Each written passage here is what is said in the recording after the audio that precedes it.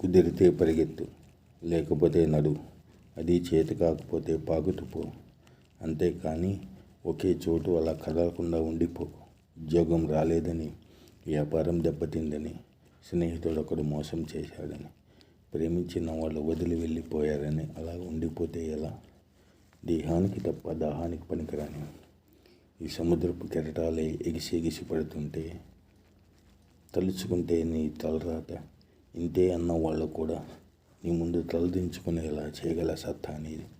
అలాంటప్పుడు ఇప్పుడొచ్చిన ఈ కాస్త కష్టానికే తలంచేస్తే ఎలా?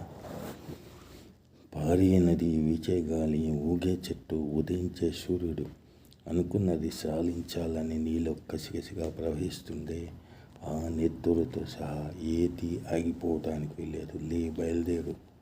నిన్ను కథల్నివ్వకుండా చేసిన ఆ మానసిక బాధల సంఖ్యలను తెంచేసుకో.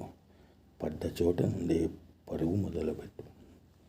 నువ్వు పడుకునే పరుపు నిన్ను చీదరించుకోకముందే బద్ధకాన్ని వదిలే. నీ అద్దం నిన్ను ప్రశ్నించకముందే సమాధానం వెతుక్కో. నీ నీడ నిన్ను వదిలేయకముందే వెలుగులోకి వచ్చే.